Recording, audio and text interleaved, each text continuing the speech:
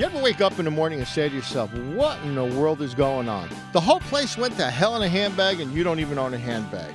I'm telling you, if you want Xanax through your hearing aids, then this is the thing you should do. You should listen to the Randi Lupo Show because she covers everything from comedians to writers and everything in between. She's entertaining and informative at the same time. She's everything that you wished your mother-in-law would be, and she isn't. But Randi, she was born in Brooklyn, New York, a different Brooklyn than most, a two-bears own Brooklyn. Randi brings his unique outlook to the show, and Lord knows we do need a different outlook. So now, put down your lattes, get your fat ass sitting down wherever you are, because you're about to see and hear something you never heard before. And that's our host, Randi Lupo. Hi everyone, I'm Randi Lupo, and today in studio we have Judy Temes. Hi. Hi. Hello, everyone. Thanks so much for coming. Absolutely. Judy's working on a book called Girl Left Behind, and I'm so excited to be talking to you about it today. Yeah. Can you tell me about your book? Sure. So Girl Left Behind, which is the new title of the book, is my story. It's a story of my childhood. And the story is that when I was 5, I was left behind in my country, which is Hungary, by my mother, my father, my parents, and my brother. And what was going on is that in Hungary in 1969, obviously was a communist country, and you couldn't just like get up and leave and go to any other country you wanted to. It was the Iron Curtain, and the borders were sealed. And my father wanted desperately to leave Hungary. He was very unhappy, and he had been for many years. My father's Jewish, my mother is Catholic. And my father was also a survivor of the Holocaust. Oh, he was? Yeah, yeah. So it was something he wanted to do probably for a very long time, and the opportunity just never presented itself. In 1969, he was finally he was ready, and he was sick of the government. He was sick of how he was treated, how other people were treated, and he was desperate to leave. But there was no way to go. There was no way to get out legally. The one shot he had was to go on a vacation to a Western country. Right. In our case, it was Austria, and to go on the pretense of a vacation. So you can get a visa to go on a vacation to a Western country, but not for every member of your family. So the way that the government ensured that people didn't escape or leave the country was to make sure that one person in your immediate family was left behind. And that way that ensured that the family would not escape and that they would stay in the country. So you were left behind. So I was chosen. And how old was your brother at the time? So I was 5, my brother was 13. How was it decided which child would be left behind? Yeah, well, it was actually easier than you think. I mean, even though it seems like such a wrenching decision, obviously, but my brother was 13. My parents faced the possibility that if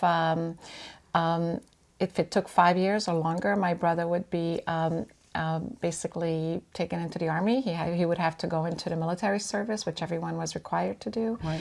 And once that happened, he would not be able to be allowed to leave at all. So my parents knew that, this is a process that could take 6 months or it could take 5 years. They also took the risk that they would never see me again. So it was, for my mom especially, I think it was probably the hardest on her.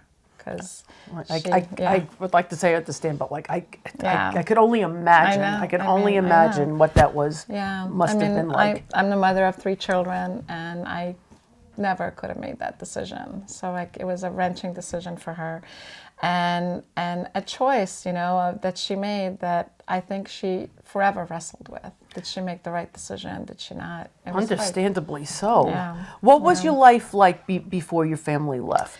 So my parents are both physicians, and we lived in communist Hungary. So What town were you in? So it was a little town called Mohacs, which is it's actually a small city on almost near the Croatian border, south of Budapest.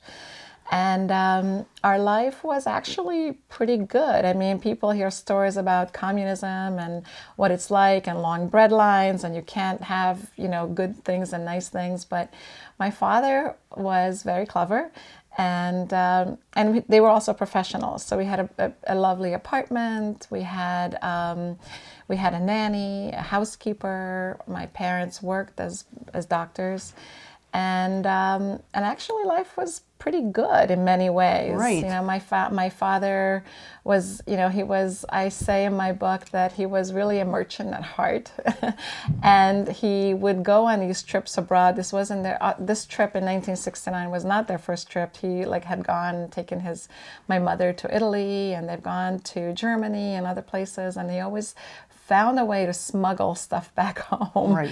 So he would literally, to avoid spending the cash that he had outside of the country, he took canned food and even gasoline in the back of the car, so he wouldn't have to buy gasoline. He would hide it in the car, and they would eat that and use that up on their trip. And whatever cash he had, he bought things that you couldn't find in Hungary. So he would buy cameras, and he would buy nice sweaters and coats. And my mother had beautiful Italian coats and shoes. Nice.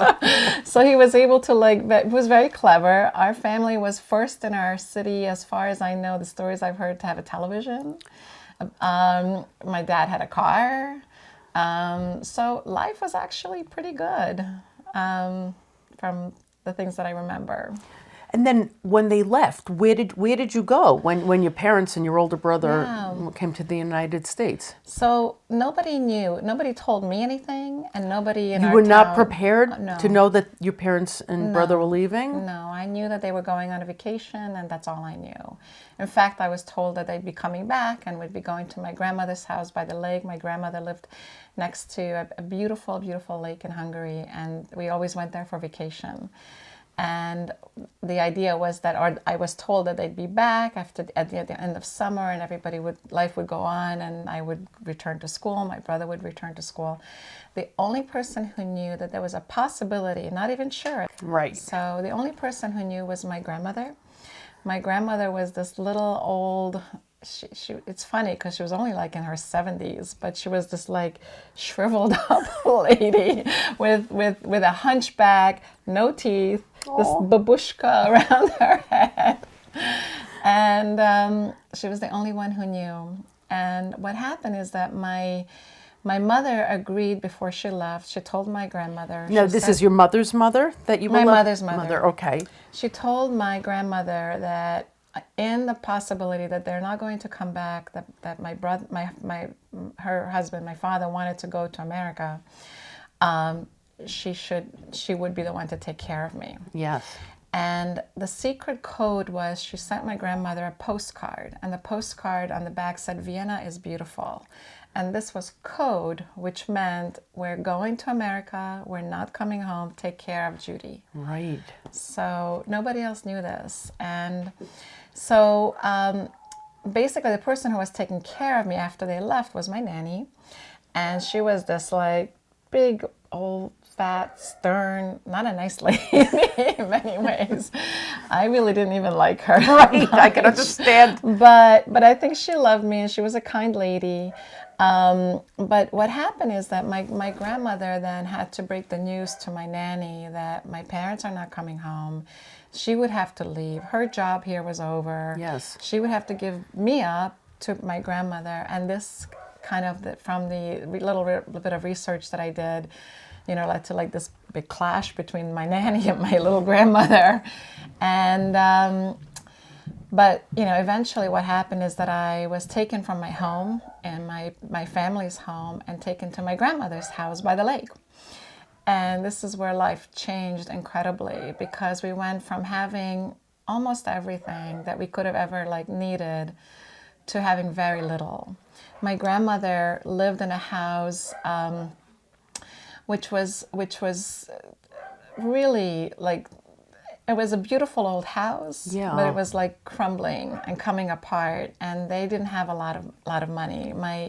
My grandmother lived with my mother's sister, and my aunt and my uncle, and they were the ones who kind of took me in and took care of me. Right. Were you close to them before? No, not really. So this was all new to you. I mean, we used to vacation there, and we used to go there because they lived near this amazing, beautiful lake, which was like, to me, it's like paradise in many ways. But I never paid attention to what their house was like or what it was like to live with them until I actually, became the child they were taking care of. And, so for example, there was no running water. There was no central heat. The walls were like literally crumbling around us in some ways. It was 4 of us, my aunt, my grandmother, my cousin, and I slept in one room. My grandmother didn't have a bed. She had a little mattress, on the floor. Yeah. And I slept next to her on that mattress because there was no bed for me. My grandmother was incredible. I mean, she just held this family together. And she, given that she was as old as she was, Right. and with her back and her osteoporosis and everything, every single morning started out with her having to go out at the crack of dawn, get coal to bring into the house to feed the heaters, and then she would have to go out back into the yard to pull water from the well because we had no central running water. She would have to come. She would have to heat up that water on a stove so we could wash our faces and brush. Right. So it was just a hard life, and we talk a lot. I mean, we spent so much of our time as parents taking care of our children and tending to them. It was very different then. I mean, kids were just left to their own devices, and that's how I grew up. I wound up spending about 5 years there with my grandmother and my aunt and uncle. And it was just a crazy situation, a crazy set of characters. And Did you cry a lot? Did you cry for your parents? Did you ask questions? yes, I think yes. I cried a lot. I didn't know what happened or where they went. Months went by before. This is traumatic. What you went through. They just told me for months on end that they were going to come back, that they're on a vacation, and they'll be back, and they'll be back soon. And August turned to September, to October, to November, and December, and nothing was told to me except they'll be coming home soon. And at one point, my nanny took me back to our home. So before my grandmother came to actually get me out of there, she took me back to our home, and I thought my mother would be there, and I just have this memory of going from room to room, trying to find my mother. Where is she? Of course. Where's my brother? And it's just the emptiness of the house was so overwhelming. Everything was kind of still the same, but nothing was the same. Sure, Yeah. that's unbelievable Yeah. for a child Yeah. to go through something Yeah. like that. Yeah, and so eventually I got answers. So but by around December, my grandmother sat me down, and she explained that. So I was afraid that. Well, okay, so it was kind of precipitated by a conversation with a friend who thought that I was orphaned. Right. And I didn't even know what that word was. So I asked my grandmother, what is an orphan? And she was like, you're not an orphan. Your parents are, you will see your parents, And she sat me down, and this house that was kind of crumbling, but was also at one time a beautiful home, had this big parlor, basically a big room.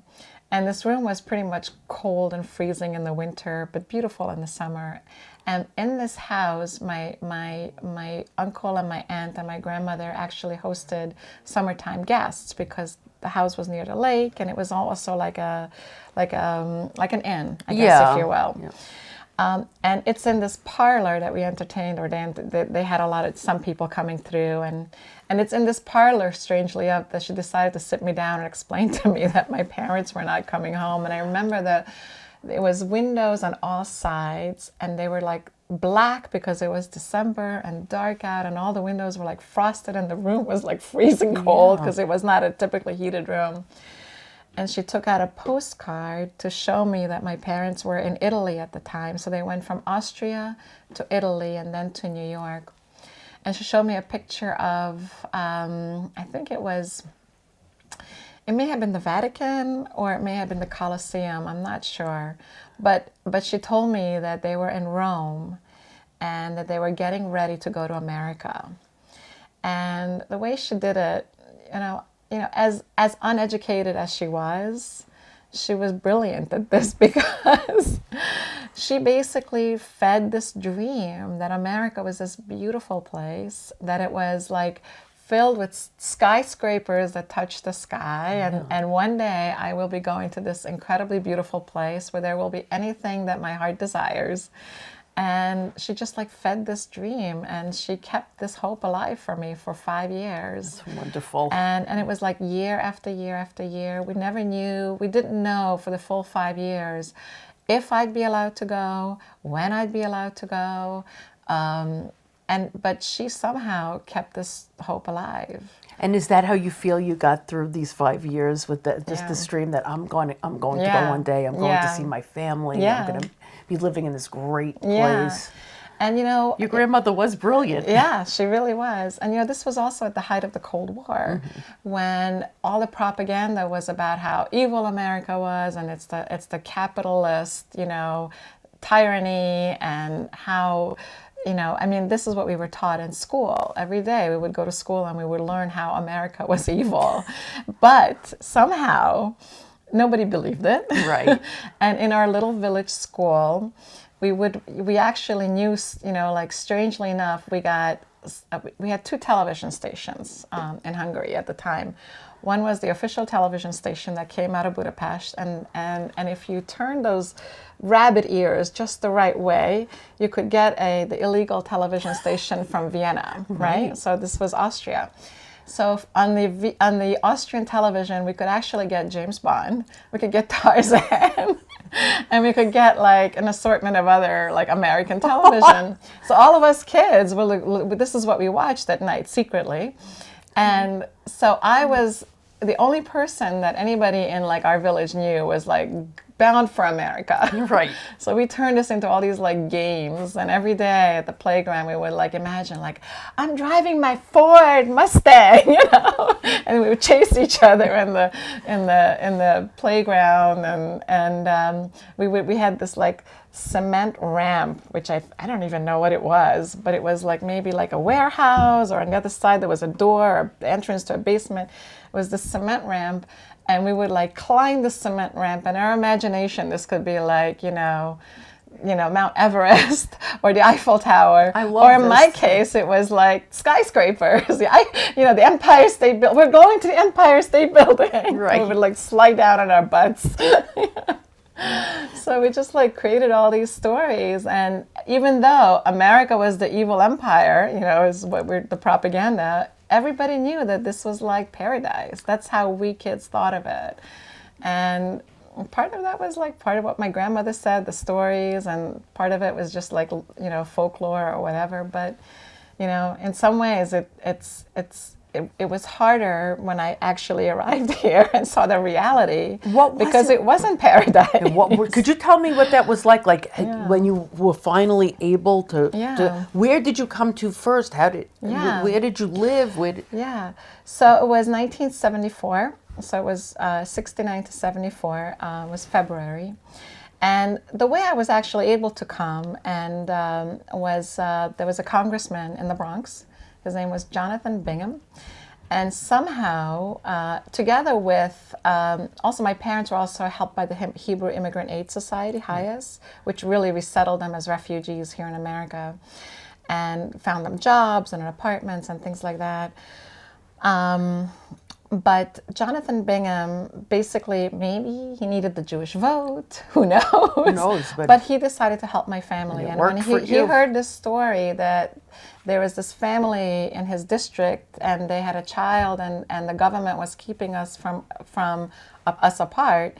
And the government did this, in some ways, partly to punish, I think, my father, partly to prevent other people from trying the same method. Oh, so they were trying to use your father and your family as the example. Yeah. Don't do this because you're going to lose your child. Right. And if they had relented, maybe that policy, whatever. I mean, they purposefully kept us apart for 5 years. Jonathan Bingham got involved and he basically pulled some strings. And Nixon went to China. And the thaw, there was a thaw in the Cold War, right? And relations were kind of improving between the two sides, and eventually, so I was able to come. I was also very fortunate because even though my aunt and uncle and my grandmother were not very educated people who really didn't know what to do with me. I mean, in order to get permits for a child to go, you need a lawyer. You need like somebody who knows the system. Like you need someone to advocate for you. And they didn't know what to do. They were like village people and they just really had no clue. But I was very lucky that I had an educated godmother and godfather. Now they were engineers at the university and my mother somehow reached out to them and said, we need your help. So it was really, I owe so much to them. I mean, they were literally my fairy godparents who kind of swooped down and said, we have to help and we're going to do something. And they chased us all down and got permits for me to come. Now they were in Hungary. Yeah, so they were in Hungary. So between Jonathan Bingham and my fairy godparents, together we were able to they were able to help. And I still remember this is incredible. It was this really stormy night and I was at home. My grandmother had set up this little desk for me in the hallway of our house. I didn't have a bedroom of my own or anything, but we had a hallway and there was a heater next to it, so she put up the desk at the heater so I could be close to the heat. And I was literally practicing my multiplication tables, Sure. And outside was this crazy storm going on and everybody kept hearing knocks and we thought it was the trees knocking against the windows and the doors and we're all freezing in the house. Well, it turns out it was my godfather knocking on the door let me in, I have good news.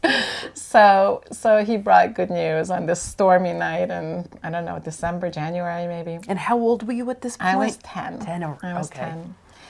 And I had pretty much lost hope by that point because my mother every Christmas for 5 years sent me a card and the card said, we love you, we miss you, we hope to see you before next Christmas. So it was always and every Christmas came and went. And at first you have no idea how long a year is. You don't, for a child, that's an eternity. Yeah. So, but by the time I was 8, 9, 10, I knew, and we pretty much lost hope by that point that anything was going to happen. Now, you didn't have regular communication with your parents? It was all through letter writing? All through letters. And how often did you receive letters from your parents? Yeah, I mean, it's not easy. We think about how easy it is to communicate today with Skype and emails and texts and Facebook messages. None of that. So we had a letter. It took probably about 2 or 3 months to cross the ocean. So I got a letter maybe once every 3 months.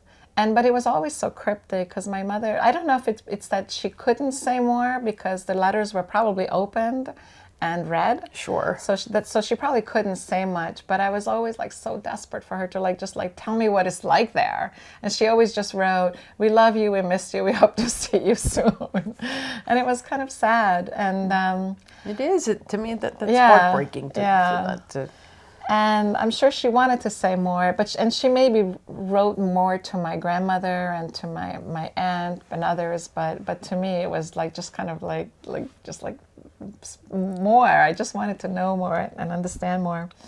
But yeah, so it was February. The date that I came was February 11th, 1974. And that was an incredible journey. I mean, just getting on a plane And this was funny. My grandmother was afraid that my parents wouldn't recognize me, which maybe after 5 years they wouldn't know. It makes sense. I mean, major change between the age of 5 and 10. So she dressed me all in red. I had to wear a red hat, a red shirt, a red skirt, red stockings, red shoes, and a red overcoat. Did you happen to have a hood on also? No. So that she would like know that this was actually me, so my parents would recognize me. So, but I came. Did you come into Kennedy Airport? I did come into Kennedy Airport. I had one traumatic moment when I locked myself in the bathroom of the airplane. And so in Hungary, the doorknobs are like these levers, and you push down to open the door. Yeah. Doorknobs in America look like that. Right. And the planes that look like, I didn't know what the heck to do with a doorknob like that. I was like trying to push it down, push it up, push it left, push it right. Nothing's working. And I was like, oh my God, I'm going to get stuck on the plane. It's going to land and take off. It's going to go to Brazil. I don't know, or some godforsaken place. I was so scared. I didn't speak a word of English. You didn't? No, I didn't know any English. I was taught maybe like 3 words, like hello, goodbye, thank you. So there was no way to communicate on the plane to the stewardesses or No, anyone who was sitting? No. So if somehow that door fell open, like I just like banged on it. And Sheer will, you made that door open. So yeah, I made it to Kennedy Airport, and it was incredible. I mean, to see my mother, you know. Were they waiting for you when you got off? And who was there? It was your mother and who? It was my mother, my father, my brother. My brother, of course, also had changed. He's now 18. And he's like a man. He's got, you know, long hair, hippie hair and a mustache. Yeah.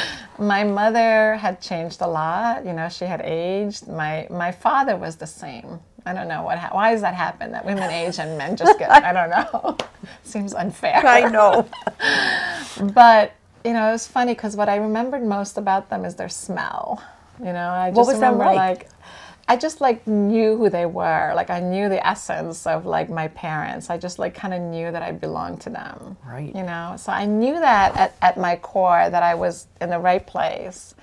By the same token, they were strangers. Did they hug you? Like what was it like when you first saw them? Did they come running to you? Or did you just stare at one another first? Yeah, I mean they were kind of like clumped in a circle, and I think it was my brother who said something like, "There she is." In this deep, manly voice, there she is. So yeah, we had lots of hugs. I think I remember my father biting my nose for some reason. I don't know why. But you know, it was not paradise. It was not skyscraper, Park Avenue. It was the Bronx, and it was humble, and it was a home. And we had central heat and running water, which were like, wow. But it was also hard. I was also a latchkey kid, you know. And you came to school and first had to learn English. I had to learn English. I was enrolled in public school, PS7 in the Bronx. And I was, you know, I did have like ESL classes, a pull-out class. But everything was so new. Everything was so strange. I mean, just like from a little village school where you were in school with the same 20 children from like, you know, nursery school through the end of 3rd and 4th grade, to be with like, you know, even like, you know, something like, you know, multiculturalism and diversity. I've never even seen like anyone who was Black, you know? So it was like so new and so different. And just, you know, having like a teacher who played a guitar, you know, and Mr. Hoffman was our teacher and he played his guitar. And that was like awesome. But like, what? You have a teacher who's playing a guitar? Like we never had that. We had a teacher who sat like literally at a desk on a pedestal, and every morning we had to get up and greet her and say, "Good morning, Mrs. Novak," or whatever their name was. And we had to sing songs to Lenin, you know, like you praising Lenin. Yeah, instead of getting up and saying the Pledge of Allegiance, you were singing songs to Lenin. We sang songs to Lenin, and we would like, yeah. So I still remember those songs. So but it was hard. It was also very hard. My mother was working, my father was working, my brother was in school. So I went to public school, and I went home at the end of the day, and we were like just all alone. And I was all alone until they got home from work, and that was also new to get used to. How did you cope with all of this? Well, I think my grandmother was really instrumental in just like the initial trauma of just like always being there for me. Like every night she somehow produced a magical candy bar out of the pocket of her musty old dress. So she was wonderful. She pulled me to school in a little red wagon so that I wouldn't have to walk. She was just amazing. So she sounds amazing. I wish I could have met her. She was just wonderful. She really was the mother that I needed at the time. And after we got here, my mother was also very a wonderful human being too. She I mean, like the first few weeks of just in the living in the Bronx. I mean, I remember like just sitting down with her, and she had a big yellow English dictionary, and she would like teach me English, and she was really a lovely person with difficult choices to make, obviously. Absolutely. And I think it was I can't imagine like what she felt like when our family was reunited. And so that helped me a lot too. And I was very lucky. I had good people. I met my husband when I was very young. How old were you when you met your husband? I was 19, and he was barely 17. and then how short? We were in college. You met in college, and then when did you get married? We got married shortly after. We got married, I think I was 21 and he was 19. Wow, you were babies. We were babies. But in terms of people, Roberta was wonderful. She was also like a mother to me. She just so that's your husband Peter's mother. She was just. And did she also help you to adjust? And Roberta being a therapist herself. Yeah. So I felt like, I think, in all this trauma that my family lived through, like I said, my dad is a survivor. He lost his entire family in Auschwitz. So he was damaged by that. And how can you not be, he lost his little brother, his mother, his father. He was 18 years old when Hitler invaded Hungary. And of course with some cooperation from the Hungarians too. So it was a terrible time for him, and he had his ghosts, and where am I going with this? But no, because I'm fascinated by you and how well adjusted you are, and how you made a life, and how you've been married for how many years now? And 32 years. 32 years. You're a writer. You've had careers. You've raised 3 beautiful children, and I'm just so impressed how you do it, how you keep it all together, and you seem to have such a happy life now. I may be assuming too much, but a life is not always happy, but I'm very blessed. I feel very lucky. I feel like I married the love of my life, and Peter has always been incredibly supportive,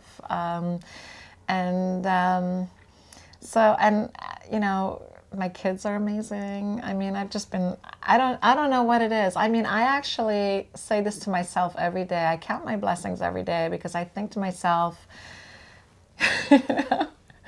that I never expected my life to be as good as it's actually turned out to be. And because just like, and there's a lot of people who are responsible for that, but I feel very blessed and lucky, and so I have, and I try to feed that back toward other people. I try to remember the things that my grandmother did for me. She was so selfless, and her life was always about giving to somebody else. She never asked for anything in return. She always wore the same dress, the same pair of shoes. She didn't even have a coat. Think about harsh winter. She wore these old little canvas sneakers that were worn down at the heels and were riddled with holes. Her coat and she slept in the pantry closet at one point for many years. taking care of other people. She took care of my aunt's 4 children. She took care of me. So I just try to remember her example, like, you know, like she did this for someone else and she never asked for anything in return. It was always about giving. What a special person. Did that affect the type of mother you were? I think so. I think so. I'm not like totally always aware of it. And I don't always want to be like that because I think that it's almost like you don't want to be so selfless that you forget about yourself because we got to take care of ourselves. Because you got to take care of yourself so that you can give to others. So true. But she was an incredible example of, you know, that kind of love. Judy, I'm so happy I got to talk to you. I can't wait to read your book, Girl Left Behind. Thank you so much for coming. Thank you so much. It was great. Hey everybody, thanks for watching the Randi Lupo Show. Thanks for checking out the show. Be sure to follow Randi on Twitter at Randi Lupo. Visit her website at randilupo.com. Thanks to Broadband Box Office and VK Media. Have a great evening.